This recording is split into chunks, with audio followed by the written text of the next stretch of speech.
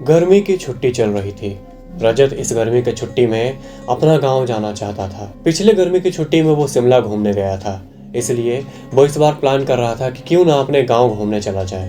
गांव की वो पगडंडी, झिलमिलाती धूप और लहलहाती फसलें उसे अपने बचपन की बहुत ज्यादा याद आ रही थी। वो भागता हुआ किचन में जाता है और अपनी मम्मी से कहता है कि मम्मी, इस बार गर्मी की छुट्टी में हम अपने गाँव चलेंगे। शाम में रजत के पापा जब अपने ऑफिस से वापस आते हैं तो रजत उनके पास जाता है और कहता है कि पापा, गर्मी की छुट्टी हो चुकी है और क्यों ना हम अपने गांव घूमने चलें। ये सुनते ही रजत के पापा का भी एक्साइटमेंट जाग जाता है, क्योंकि वो भी गांव से ही थे और उन्हें भी अपने बचपन की याद आ जाती है। वो सब मिलकर प्लान करते हैं कि कल सुबह ही गाँव चला जाए। आज रात रजत की आंखों में नींद नहीं थी। वो एक्साइटमेंट में पूरा रात जागता रहा और गाँव के बारे में सोचता रहा।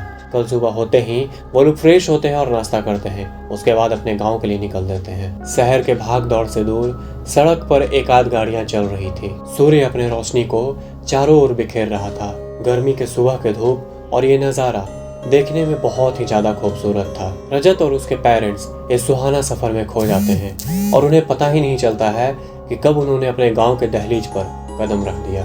गाँव पहुँचते ही रजत की पुरानी यादें ताजा हो गई। रजत के पापा तो कई पुराने लोगों से बात करने में व्यस्त हो गए। वो लोग घर के आगे बने बड़े से आंगन में प्रवेश करते हैं और रजत देखता है कि उसके दादा दादी, चाचा चाची और उसके चचेरे भाई बहन एक बड़े से थाल में कुछ फूल वगैरह लिए इनके स्वागत के लिए खड़े हैं। रजत के मम्मी पापा जल्दी से अपने परिजनों को गले लगा लेते हैं। रजत की दादी की आंखों में रजत को देखते ही आंसू आ गए। वो उसे गले से लगाकर रोने लगी और कही कि कितना बड़ा हो गया रे तू। वो सब लोग एक दूसरे को गले लगा लेते हैं। रजत और उसके पेरेंट्स का स्वागत होने के बाद वो लोग घर में अंदर जाते हैं और साथ में बैठकर सब लोग खाना खाते हैं।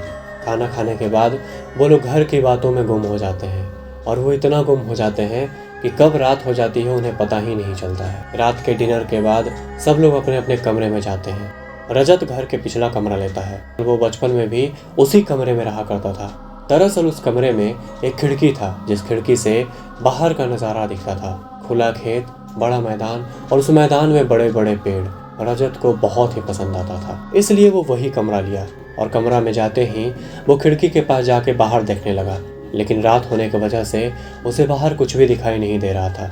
वो खिड़की बंद कर देता है और जाकर सो जाता है। कल सुबह जब उसकी नींद खुलती है तो वो खिड़की के पास जाता है और खिड़की खोलता है। खिड़की खोलते ही बाहर का नज़ारा देखकर वो मंत्रमुग्ध हो जाता है। गर्मी के मौसम के सुबह के धूप और पत्तों पे गिरे ओस का मिलन बहुत ही खूबसूरत दिख रहा था। वो बचपन में एक बरगद का छोटा पेड़ देखा करता था, जो अब बहुत बड़ा हो चुका था। वो उस नज़ारे को देखने में गुम हो गया।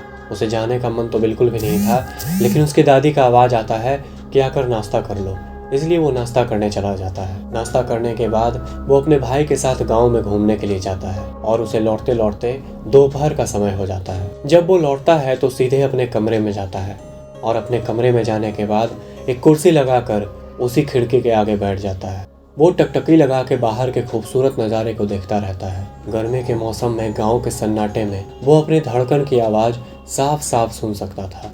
कुछ समय बाद वो देखता है कि बरगद के पेड़ के जड़ से एक काला साया निकलता है और पूरे टाल में इधर उधर भागने लगता है। ऐसा लग रहा था जैसे वो किसी चीज़ की तलाश में हो। वो चारों तरफ भागते भागते थक जाता है और थकने के बाद उसी पेड़ के नीचे आकर बैठ जाता है। कुछ देर बैठने के बाद वो काला साया अचानक से रजत की तरफ देखता है। रजत घबरा जाता है और जल्दी से खिड़की बंद कर देता है। उसकी हिम्मत नहीं हो रही थी कि वो खिड़की खोलकर वापस बाहर देखे। वो जल्दी से भागता हुआ अपने दादी के कमरे में जाता है और दादी को सारी कहानी सुनाता है। दादी उससे कहती है कि कभी भी उस खिड़की को मत खोलना, और वो एक कहानी सुनाती है। वो कहती है कि एक समय एक राहगीर बरगद के पेड़ के रास्ते से गुजर रहा था, लेकिन उसे बहुत ही ज़्यादा प्यास लग जाती है और वो इधर उधर पानी ढूंढने लगता है। पानी कहीं नहीं मिलने की वजह से वो किसी के इंतजार में बरगद के पेड़ के नीचे बैठ जाता है, लेकिन वहाँ कोई नहीं जाता है। उस इंसान को प्यास की वजह से तड़प तड़प कर मौत हो जाती है। उसके बाद वहाँ कोई भी नहीं जाता है, और अगर कोई गलती से वहाँ चला भी जाता है तो उसे जाने के बाद वहाँ बहुत ही तेज प्यास लगती है, और अगर उसे समय से पानी ना मिले तो उसकी मृत्यु भी हो जाती है। जब रजत शहर में रहता था तो उसे भूत प्रेत वाली बातों पर बिल्कुल भी विश्वास नहीं होता था, लेकिन जब से उसने अपनी आंखों से ऐसी घटना देखा है तब से उसे इन सब बातों पर विश्वास होने लगा। पर जो भी हो, रजत को अपने गाँव में आकर बहुत ही अच्छा लग रहा था। वैसे आप बताइए कि आपको कहानी कैसा लगा। और अगर कहानी पसंद आया हो तो वीडियो को लाइक कर दें, चैनल को सब्सक्राइब कर दें और हाँ, वीडियो को अपने दोस्तों में शेयर जरूर करें।